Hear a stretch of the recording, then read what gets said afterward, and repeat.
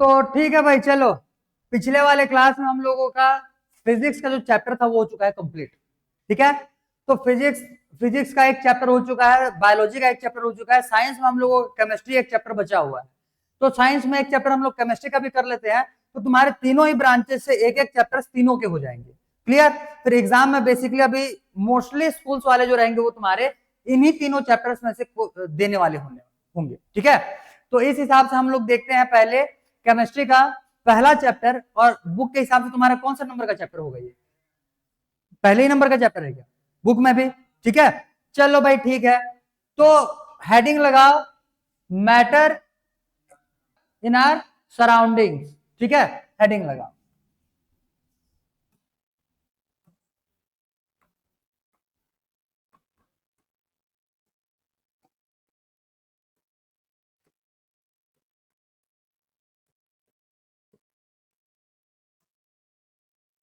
Matter in our surroundings.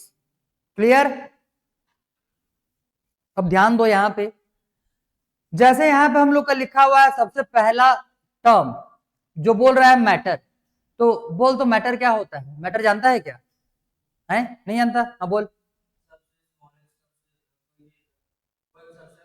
उसको तो हम लोग स्मॉलेस्ट पार्टिकल बोलेंगे फिर। बोल। बस इतना ही।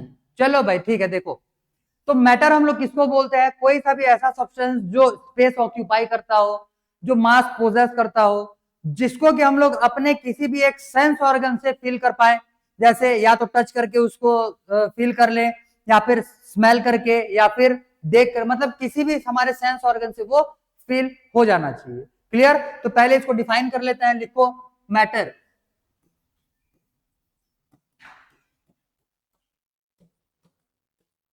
Anything that occupy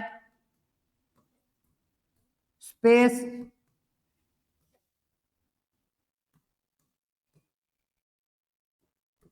possess mass and can be felt by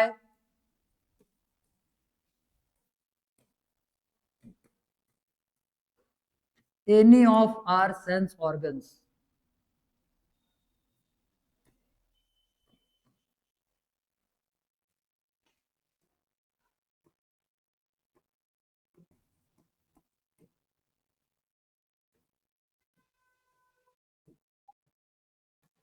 Any of our sense organ. Clear? तो ये हो जाएगा भाई मैटर। मैटर जो रहता है इस टाइप से इसको हम लोग डिफाइन करने वाले हैं। अब एग्जाम में अगर आएगा तो तुमको यही डेफिनेशन वहां पे लिखना पड़ेगा फिर।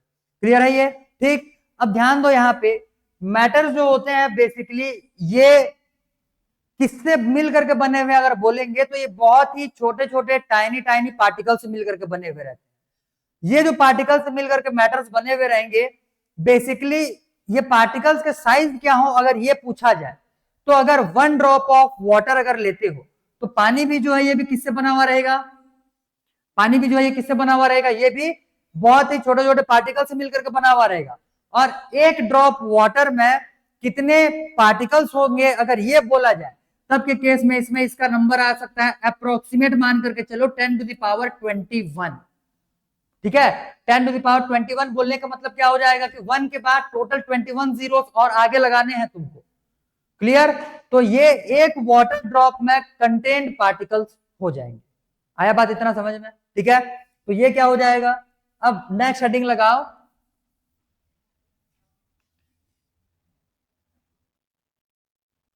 What is a matter made up of?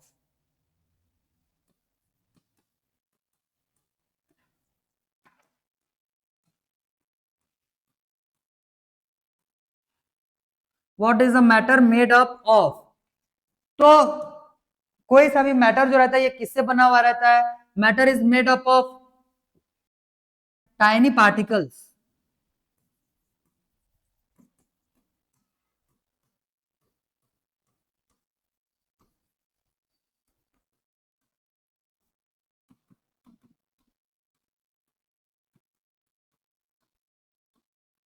Tiny particles. अगर इनका साइज की अगर बात करें तो वाटर ड्रॉपलेट का ही एग्जांपल ले लो, एग्जांपल में लिख लो 1 drop of water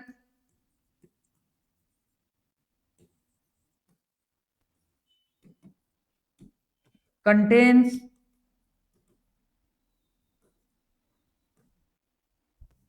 about 10 to the power 21 particles।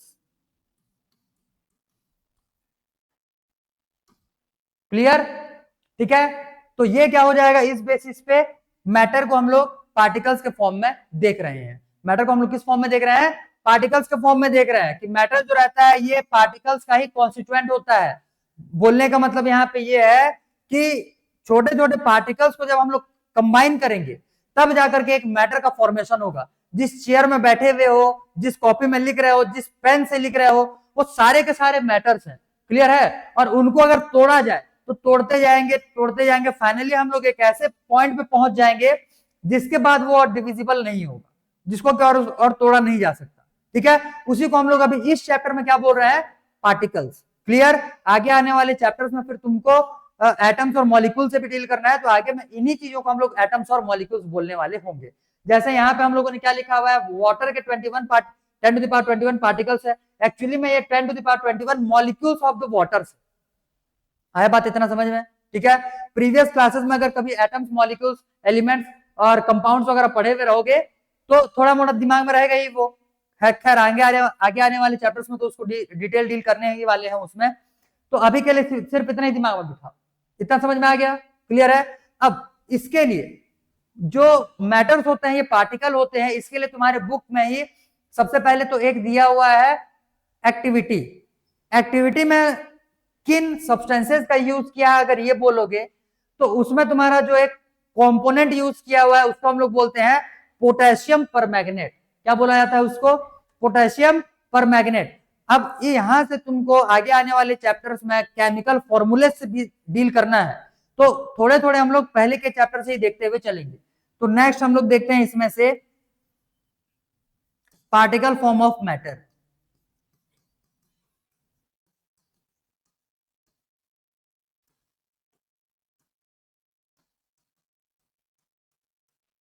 इसमें एक एक्टिविटी ही लिख लो भाई,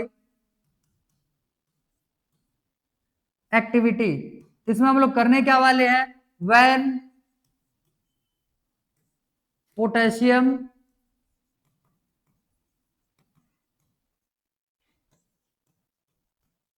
permanganate is dissolved in water,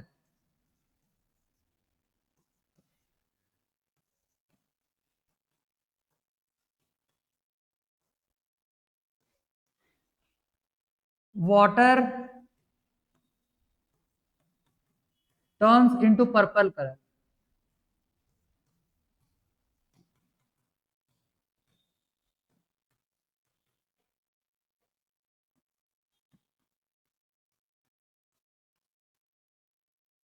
clear? Water turns into purple colour. अब ध्यान दो, अब ये एक्टिविटी में सिर्फ इतना ही लिखे हुए है ना, अब मैं तुमको इस एक्टिविटी के आगे के प्रोसीजर को बताते हुए चल रहा हूं। एक्टिविटी को बस दिमाग में बिठा करके रखना, ठीक है, कि एक्टिविटी में एक्चुअली में हम लोग को करना क्या है। तो ध्यान दो, यहाँ पे इतना लिखो तो पहले लिख लो, फिर नेक्स्ट पेज में हम लोग देखेंगे ये एक्टिविटी। इतने को पहले नोट डाउन करो जल्दी।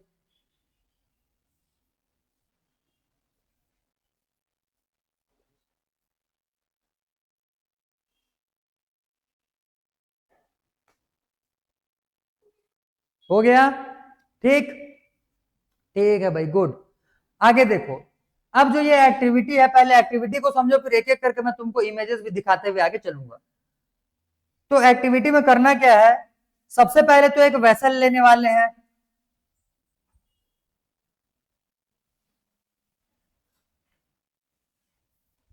ठीक है, सबसे पहले हम लोग क्या करेंगे, एक वेसल लेंगे।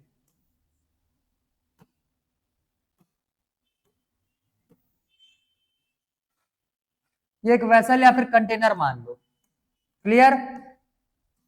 बेसिकली हम लोगों को इसी में क्या करना है, पानी में पोटेशियम परमैंगनेट घोलना है। अब ध्यान दो, पिछले वाले पेज में यहाँ पे पोटेशियम परमैंगनेट जो लिखे हुए हैं इसका फॉर्मूला भी लिख लो।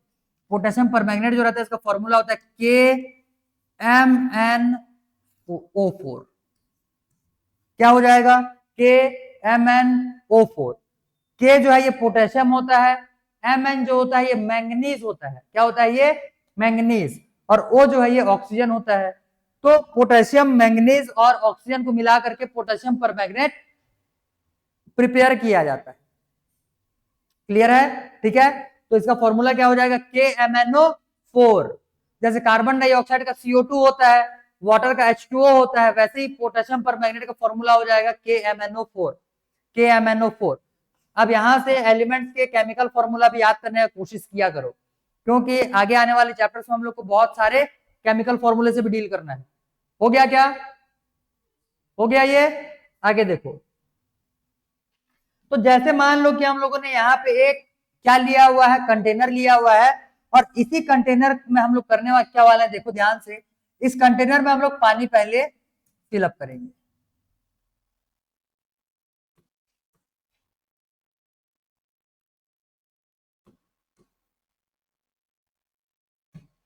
ठीक, इसमें जैसे मान लो हम लोग यहाँ पे पहले पानी फिलअप करते हैं, तो मैं यहाँ पे वाटर के जो पार्टिकल्स होने वाले रहेंगे, मैं इसको थोड़े से लार्ज साइज में बना रहा हूं ताकि समझ में आए।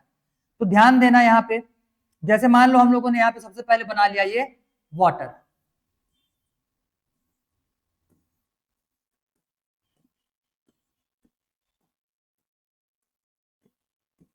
क्लियर? ये ले लिया भाई हम लोगों ने वाटर। अब इसमें करेंगे क्या? अब इसमें पोटेशियम परमैंगनेट जो है उसको इसमें डाल दिया गया और उसको पूरा का पूरा स्टर करके घोल दिया गया। क्लियर? तब के केस में ये जो पोटेशियम परमैंगनेट रहेगा ये भी इसके अंदर में आ जाएगा। ठीक है, पोटेशियम परमैंगनेट भी इसके इनसाइड में आ गया। अच्छा एक सेकेंड, विजिबल हो? हाँ विजिबल है, ठीक है। पोटेशियम परमैंगनेट भी आ गया इसके इनसाइड में। क्लियर? अब ये जो पानी रहेगा इसका कलर कैसा अपीयर हो जाएगा? पर्पल कलर में। अब ध्यान दो, अब करेंगे क्या कि ये जो इसमें पोटेशियम परमैंगनेट का मिला हुआ पानी है इसको आधे को खत्म कर देंगे। तो जैसे मान लो कि यहां पे अभी टोटल 1 2 3 4 और यहां पे मान लो टोटल 16 पार्टिकल्स है पोटेशियम परमैंगनेट के। वाटर के पार्टिकल्स भूल जाओ, अभी कितने पार्टिकल्स हम लोग ले रहे हैं? 16 पार्टिकल्स ले रहे हैं। करना क्या है, इसमें से हम लोग इसको आधा कर लेंगे। आधा जब इसको कर लिया जाएगा, आधा करने का मतलब समझ में आ रहा है कि नहीं आ रहा है? इसके आधे को नीचे में गिरा दिए, पोर कर दिया किसी दूसरे प्लेस पे, तो बचेगा कितना यहाँ पे? यहाँ पे अब जो क्या बोलना चाहिए तुम्हारा, वाटर और ये पोटेशियम परमैंगनेट बचने वाला है, ये कितना बचेगा यहाँ पे? एक मिनट,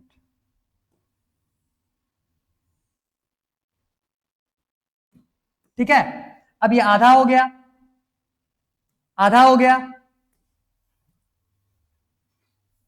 अब ये आधा हो गया। पहले में पोटेशियम परमैंगनेट कितने पार्टिकल्स थे? 16। अब कितने पार्टिकल्स आ गए? 8 पार्टिकल्स। अब क्या करूंगा, आधा होने के बाद इसमें फिर पोटेशियम परमैंगनेट नहीं डालना, क्या क्या इसमें पोर कर देंगे वापस पानी। तो पानी के मान लो फिर वापस से उतने ही मॉलिक्यूल्स आ गए, जितना पहले हम लोगों ने खाली किया हुआ था उतने ही फिर से इसमें वापस आ गए। क्लियर? तो मेरे को बताओ, ये ज्यादा पर्पल कलर का दिख रहा होगा और ये थोड़े उसके कंपैरिजन में लाइट पर्पल दिखेगा। ये प्रोसेस कंटिन्यूअस और आगे बढ़ाते हुए लेकर के जाओगे तो हर बार तुमको जो सॉल्यूशन रहेगा वो कैसे दिखना चालू हो जाएगा? लाइट लाइट दिखना चालू हो जाएगा। आया बात इतना समझ में? तो बोलने का मतलब यहाँ पे क्या है कि जो जो ये सब्सटेंसेज है ये पार्टिकल के फॉर्म में होते हैं, तो हर बार जब हम लोग इसको पोर करते हैं हाफ पोर्शन को, तब के केस में वो जो पार्टिकल्स रहते हैं वो भी आधे निकल जाते हैं, जिसके वजह से पार्टिकल्स के निकलने की वजह से इसका जो कलर होगा ये धीरे धीरे करके डल होते जाएगा। डल होते जाएगा बोलने का मतलब लाइट होते जाएगा। आया बात इतना समझ में? ठीक है, तो ये क्या हो जाएगा भाई? ये क्या हो जाएगा?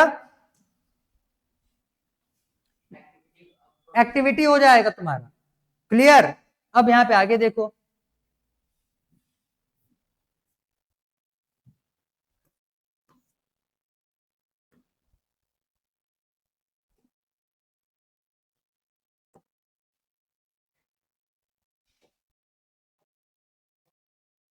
देखो तो मैटर क्या होता है ये तो हम लोगों ने देख लिया। ठीक है, मैटर क्या होता है ये तो हम लोगों ने देख लिया कि कोई सा भी सब्सटेंस जो स्पेस ऑक्यूपाई करता हो, मास पोजेस करता हो और कोई से भी सेंस ऑर्गन से फील हो जाना चाहिए, उसको हम लोग बोलते हैं मैटर।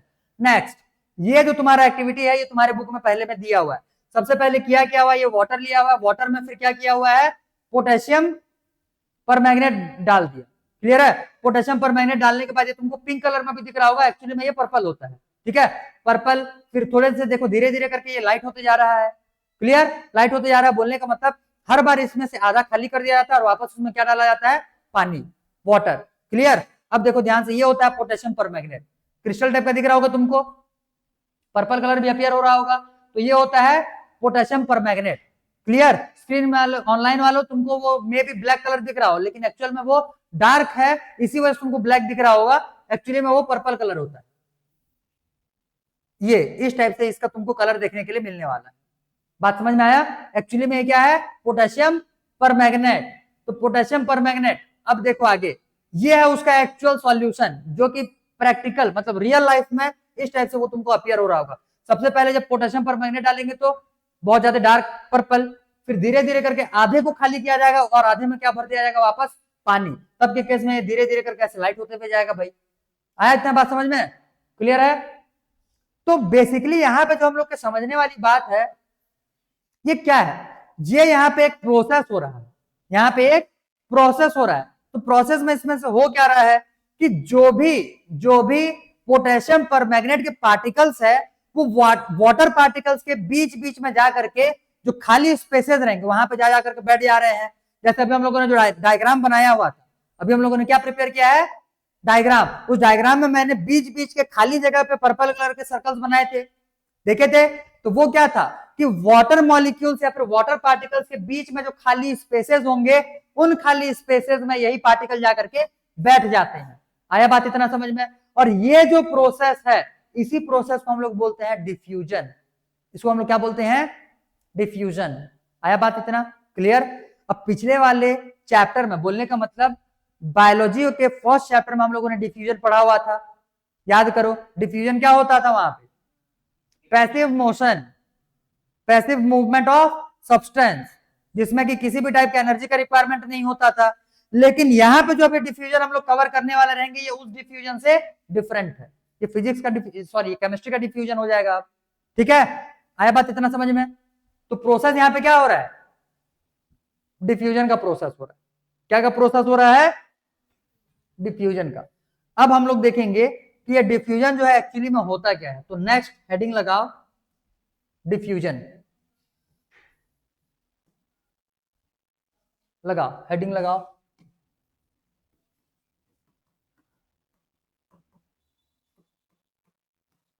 डिफ्यूजन।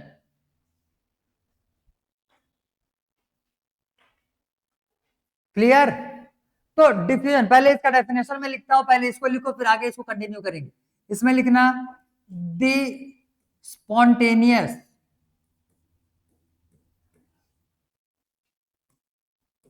इंटरमिक्सिंग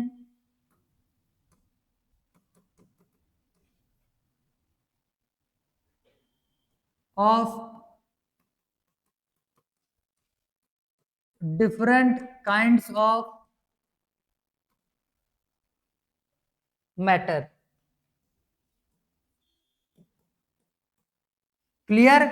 इसमें क्या बोल रहा है, the spontaneous intermixing of different kinds of matter, इसी को हम लोग बोलते हैं डिफ्यूजन। इतना बात समझ में आ गया? क्लियर है? क्या हो जाएगा ये, द स्पॉन्टेनियस। अब ध्यान दो, यहां पे जो वर्ड स्पॉन्टेनियस लिखा हुआ है, स्पॉन्टेनियस का मतलब होता है, क्या होता है स्पॉन्टेनियस मतलब, क्या होता है?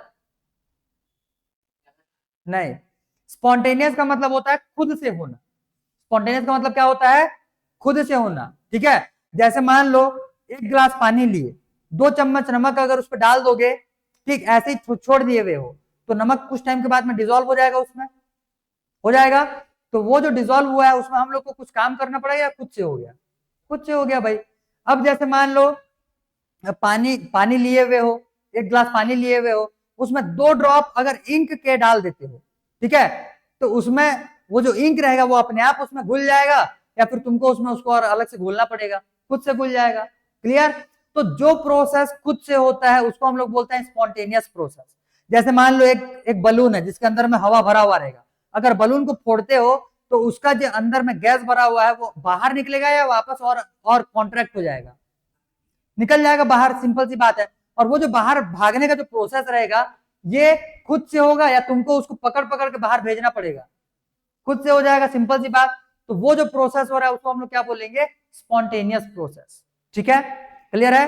तो स्पॉन्टेनियस, द स्पॉन्टेनियस इंटरमिक्सिंग बोलने का मतलब खुद से जब दो अलग अलग टाइप्स के मटेरियल आपस में इंटरमिक्स होते हैं तो इस फिनोमिना को हम लोग क्या बोलते हैं? डिफ्यूजन। आया इतना बात समझ में? ठीक है, क्लियर? अब देखो डिफ्यूजन के हम लोग को बहुत सारे टाइप्स होते हैं, तो इसकी अगर बात करेंगे तो पहले हम लोग देखते हैं इसमें डिफ्यूजन ऑफ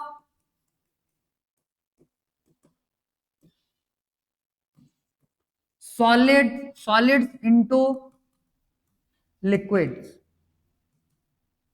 अब ध्यान दो, diffusion of solids into liquids बोलने का मतलब इसमें हो जाएगा कोई सा भी ऐसा सब्सटेंस जो लिक्विड में घुल जाए अपने आप, जैसे सॉल्ट ले लिए, सॉल्ट विथ वाटर, जैसे शुगर विथ वाटर ले लिए, तो एग्जांपल में से क्या आ जाएंगे? Sugar plus water, salt plus water, ये सारे के सारे क्या हो जाएंगे? Diffusion of solid into liquids के एग्जांपल्स हो जाएंगे। आया बात इतना समझ में? तो सॉलिड जो रहेगा ये लिक्विड में क्या हो जाएगा? डिसॉल्व हो जाएगा।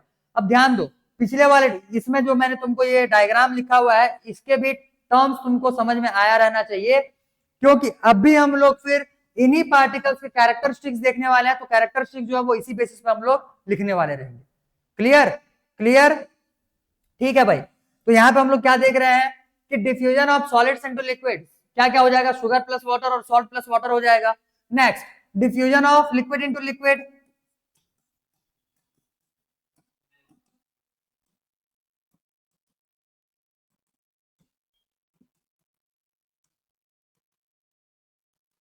ये क्या हो जाएगा? इसके एग्जांपल में इंक और वाटर का एग्जांपल। आया बात इतना समझ में? और अगर डिफ्यूजन की बात करोगे तो यहां पे diffusion of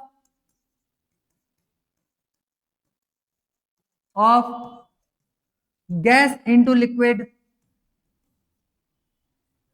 sorry gas into gas. Clear? Example में अगर लेना चाहो तो कोई सा भी गैस ले लो भाई, जैसे मान लो एयर लिए हुए हैं और हाँ तो ठीक है ऑक्सीजन कार्बन डाइऑक्साइड तो ले लोगे, लेकिन पता भी तो चलना चाहिए प्रैक्टिकल लाइफ में। तो हमारे पास एक गैस आता है ब्रोमीन गैस। कौन सा गैस आता है? Bromine gas. ब्रोमीन जो रहता है, ब्रोमीन ब्राउन कलर का रहता है, रेडिश ब्राउन कलर का होता है। ब्रोमीन कैसा रहेगा? रेडिश ब्राउन कलर का होता है। तो जब हम लोग मान लो ये एक कंटेनर लिए हुए हैं, इसमें हम लोगों ने लिया हुआ है एयर, ठीक है, एक और कंटेनर लिए इसमें हम लोगों ने लिया हुआ है ब्रोमीन गैस। ठीक है, इसमें ब्रोमीन को रिप्रेजेंट बी आर से किया जाता है। ठीक है, तो ये ब्रोमीन गैस, चलो पूरा ही लिख देते हैं, ब्रोमीन गैस हो गया। अब ब्रोमीन गैस जो है इसका कलर कैसे होता है? रेडिश ब्राउन होता है।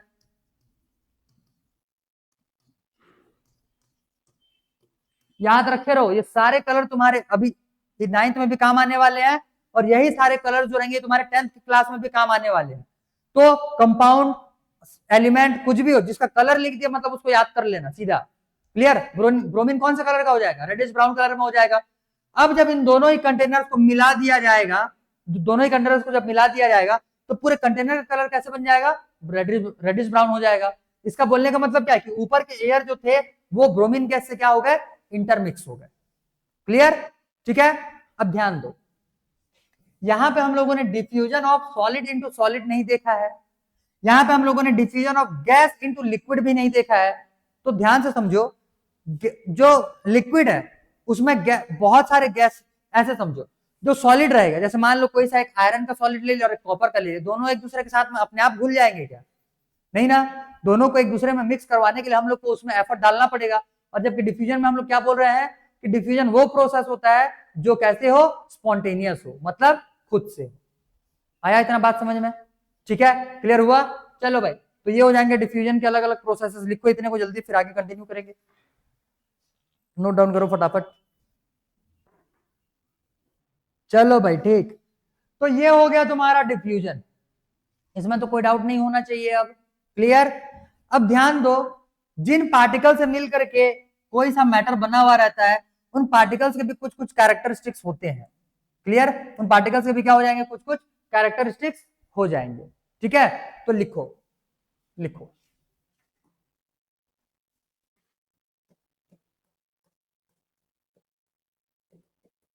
characteristics of particles of a matter.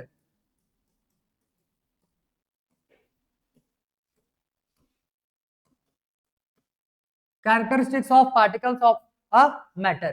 ठीक है, ध्यान दो, जो किसी भी मैटर के पार्टिकल्स होते हैं, इनके पार्टिकल्स के बीच में इंटर पार्टिकल स्पेस प्रेजेंट होता है। क्लियर? इनके बीच में क्या होगा, इंटर पार्टिकल स्पेस प्रेजेंट होता है। अब इसके लिए पहले ध्यान दो, यहां पे आज घर में जाकर के एक गिलास पानी ले लेना। ठीक है, एक गिलास पानी ले लेना, और एक गिलास पानी लेने के बाद उसमें 4 चम्मच फुल ले लेना। एक गिलास पानी, उसमें 4 चम्मच नमक घोल देना। क्लियर? 4 चम्मच नमक घोल देना, और ऑब्जर्व करने की कोशिश करना कि पानी का लेवल जो है ये ऊपर उठा है कि नहीं उठा है, तो तुमको पानी का लेवल उतना ही लगेगा। क्लियर? पानी का लेवल उतना ही दिखेगा। अब ध्यान दो, अगर इसमें पानी अलग से सेपरेट लोगे तो एक इतना पूरा फुल हो जाएगा, और 4 चम्मच अगर यहाँ पे नमक लेते हो तो भाई नमक भी तो इतना स्पेस ऑक्यूपाई करेगा कि नहीं करेगा, और दोनों को अगर मिलाते हो तो पानी का लेवल और बढ़ जाना चाहिए। क्लियर? लेकिन ऐसा होता नहीं है।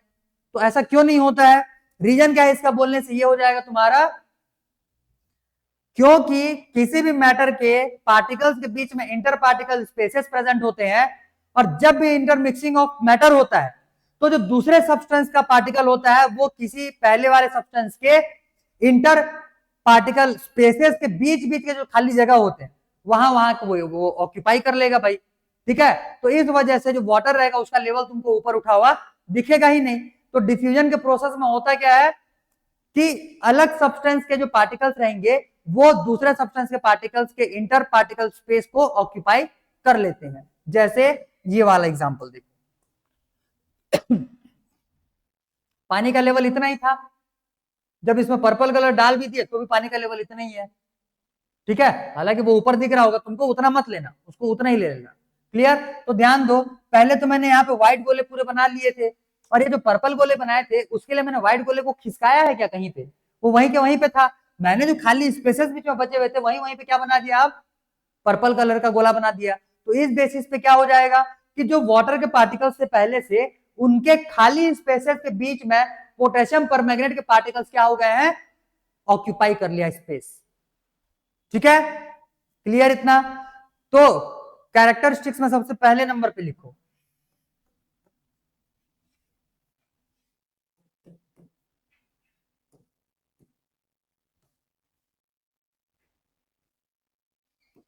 in a matter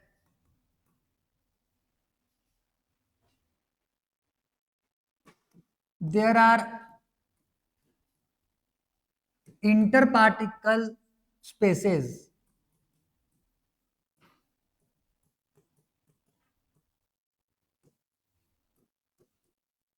present।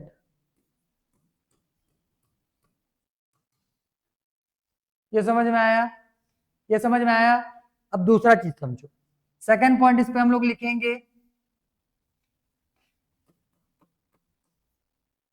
particles of a matter are always in motion।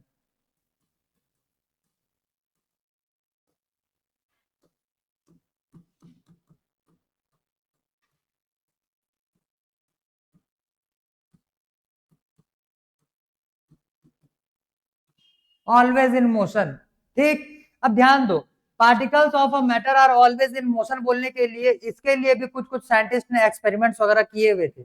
तो मोशन को जानने के लिए बेसिकली इसमें जो तुम्हारा बुक में दिया हुआ एक्टिविटी है वो हो जाएगा ब्राउनियन मोशन।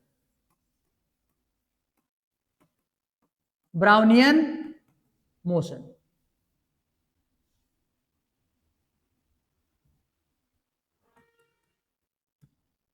अब देखो, रॉबर्ट ब्राउन नाम का एक साइंटिस्ट था,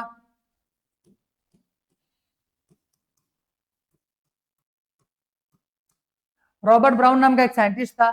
इसने किया क्या है बोलने से, इसने क्या किया था, पानी एक ग्लास में ले लिया और पॉलन ग्रेन्स जो होते हैं, पॉलन ग्रेन मतलब समझ में आता है कि नहीं आता, जैसे sexual reproduction in flowering plant जो पिछले वाले चैप्टर में क्लासेस में पढ़े हुए थे, पॉलिनेशन होता है उसमें। तो पॉलिनेशन में होता क्या है कि फीमेल रिप्रोडक्टिव ऑर्गन तक पोलन ग्रेन्स को ट्रांसफर किया जाता है, इसी को पॉलिनेशन बोलते हैं। तो वो जो पोलन ग्रेन्स होते हैं, पोलन ग्रेन्स को इसने क्या किया, पोलन ग्रेन्स को इसने वाटर में घोल दिया।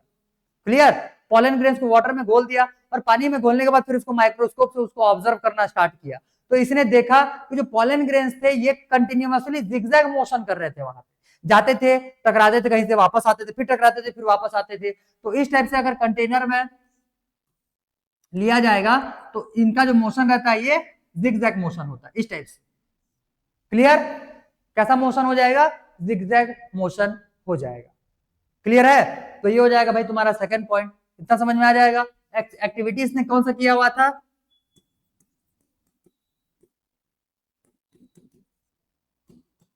Pollen grain plus water.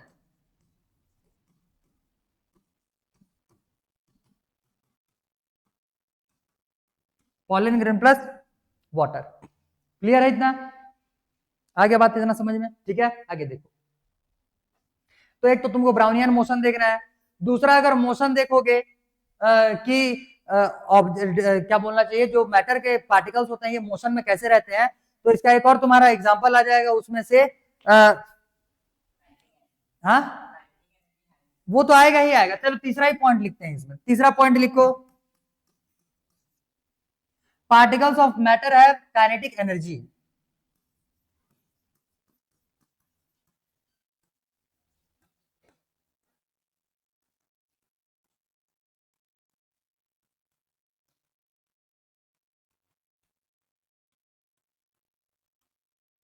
Clear, आप समझो, काइनेटिक एनर्जी का मतलब वो एनर्जी होता है जो किसी भी ऑब्जेक्ट के मोशन के टाइम पे पोजेस होता है।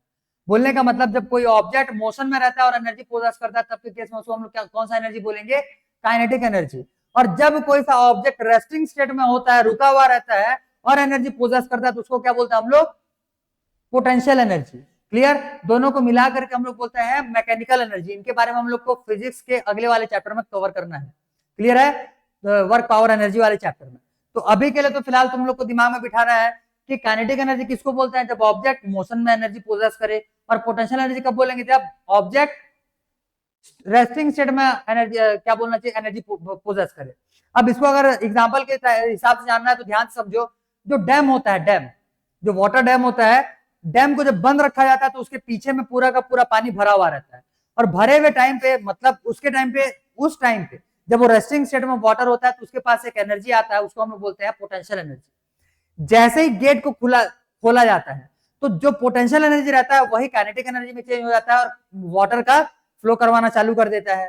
क्लियर, तो ये हो जाएगा भाई पोटेंशियल और काइनेटिक एनर्जी में। दूसरा एग्जांपल समझो, जब तीर और धनुष लेकर के उसको खींचेंगे, ठीक है, तो उसका जो रस्सी रहता है जब उसको खींच करके रखा जाएगा तब के केस में वहां पे आ गया पोटेंशियल एनर्जी, और जब उसको छोड़ दिया जाता है तो वही पोटेंशियल एनर्जी किसमें कन्वर्ट हो जाएगा, काइनेटिक एनर्जी में। तीसरा एग्जांपल समझो, ये जो स्टाइलस है इसको मैंने ऊपर लेकर के यहाँ पे ऐसे पकड़ करके रखा हुआ हूं, तो अभी इसके ऊपर में पोटेंशियल एनर्जी है, जैसे इसको छोड़ूंगा ये नीचे उतरना चालू हो जाएगा, तब के केस में इसमें कौन सा एनर्जी आ जाएगा, काइनेटिक एनर्जी। आया बात इतना समझ में।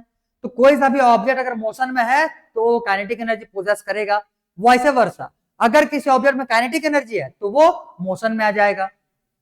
आया बात इतना समझ में, क्लियर है। तो सेकंड पॉइंट, थर्ड पॉइंट हम लोगों ने क्या लिख लिया, particles of a matter have kinetic energy. आगे इतना बात समझ, ठीक है। नेक्स्ट फोर्थ पॉइंट इसमें लिखेंगे,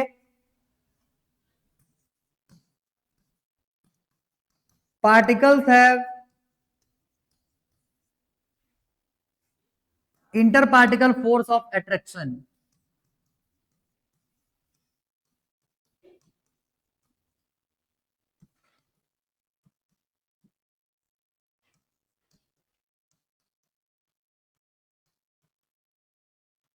इंटरपार्टिकल फोर्स ऑफ अट्रैक्शन। अब जैसे मान लो पानी का दो बूंद लिए, ये मान लो एक ड्रॉपलेट हो गया वाटर का और ये एक ड्रॉपलेट हो गया वाटर का, एक छोटा सा कोई सा भी एक क्या बोलना चाहिए पिन वगैरह लेकर के जब इस वाटर बॉडी को इससे ऐसे मिलाने का कोशिश करोगे तो जैसे ही हल्का दोनों एक दूसरे के टच में आते हैं, दोनों ही वाटर ड्रॉपलेट जैसे एक दूसरे के टच में आते हैं, तेजी से एक दूसरे के साथ में मिल जाते हैं। क्लियर? कभी ऑब्जर्व किए हुए हो?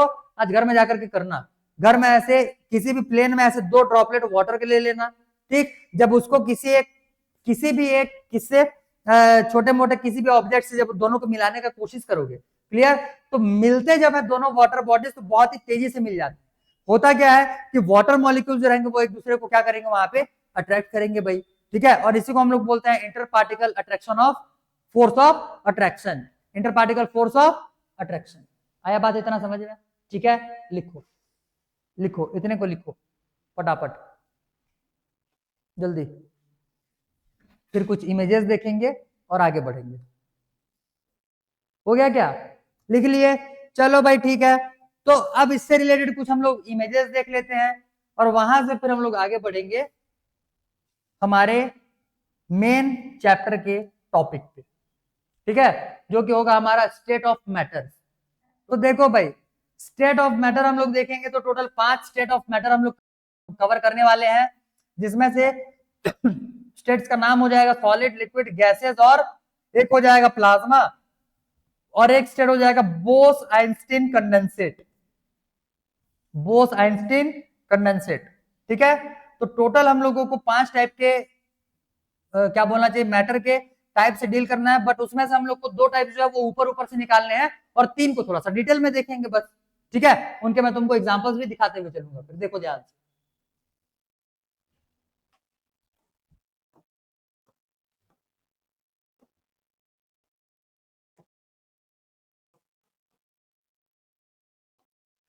तो ये देखो, ये है जैसे मान लो एक वाटर का ड्रॉपलेट, तो अगर इसको अगर जूम करके देखा जाए तो ऐसे ऐसे छोटे छोटे पार्टिकल्स भरे पड़े रहेंगे।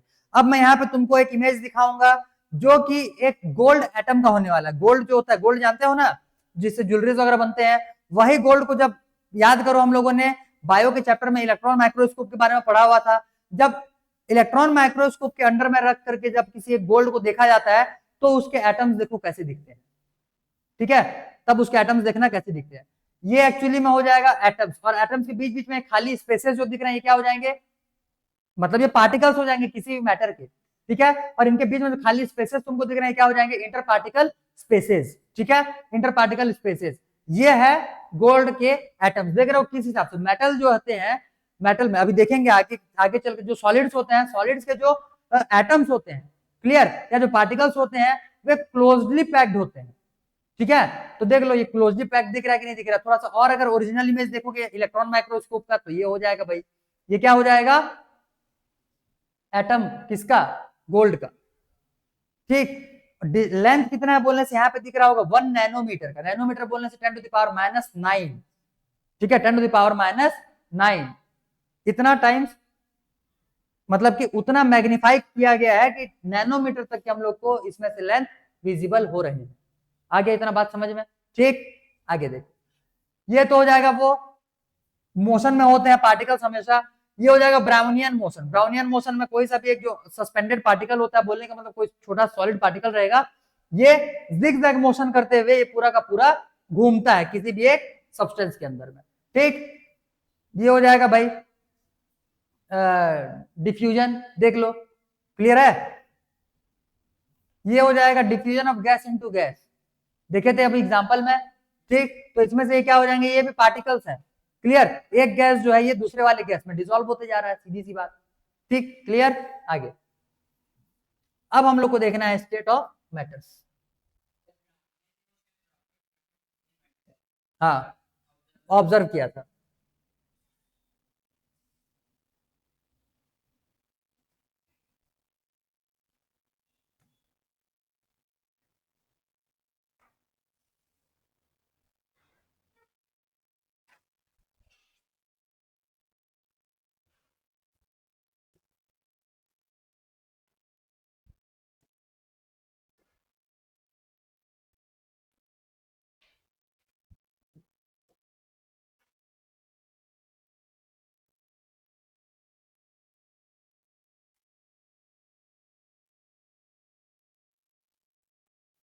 तो ये तो क्लियर हो गया रहेगा।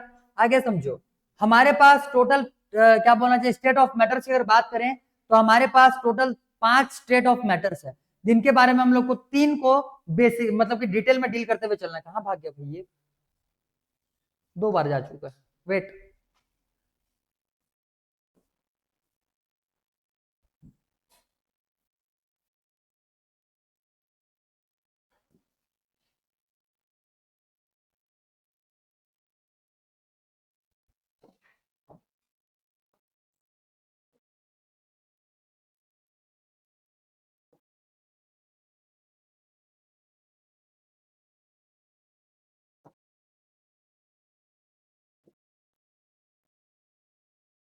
ठीक है, तो देखो ये जो है ये मैटर के बीच में इंटर पार्टिकल फोर्स को ये दिखा रहा है।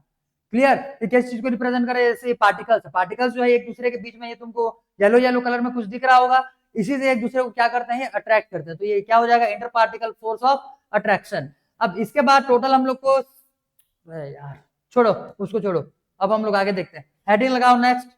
अब इमेज जो है इसको मैं कल ही दिखाऊंगा क्योंकि टाइम होने वाला है। नेक्स्ट हेडिंग लगाओ, स्टेट ऑफ मैटर।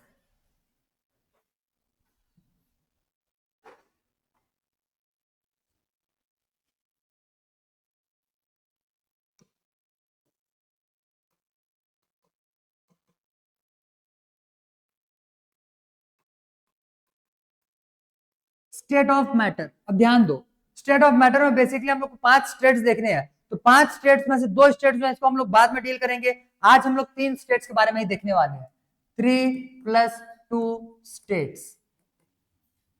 ठीक है, तो इसमें से पहले ये 3 स्टेट्स को पहले डिफाइन कर लेते हैं भाई। एक हो जाएगा सॉलिड, एक हो जाएगा लिक्विड्स, और एक हो जाएगा इसमें से गैसेस।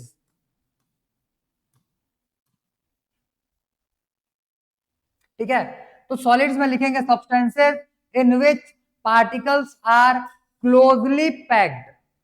क्या हो जाएगा इसमें,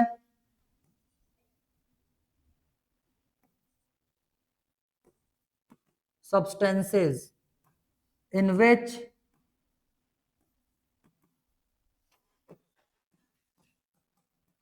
particles are closely packed।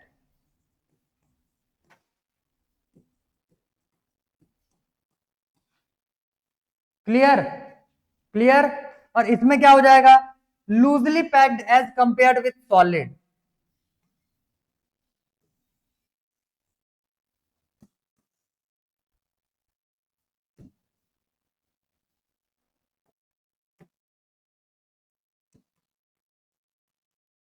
loosely packed as compared with solid।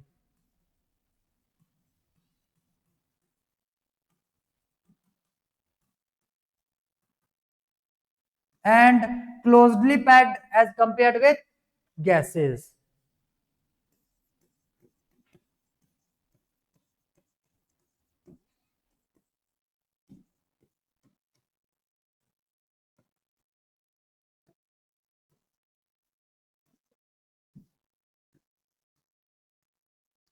Clear, और इसमें क्या हो जाएगा, गैसेस में पार्टिकल्स जो रहेंगे ये लूजली पैक्ड रहेंगे बहुत। क्लियर, तो ये क्या हो जाएगा, लूजली पैक्ड,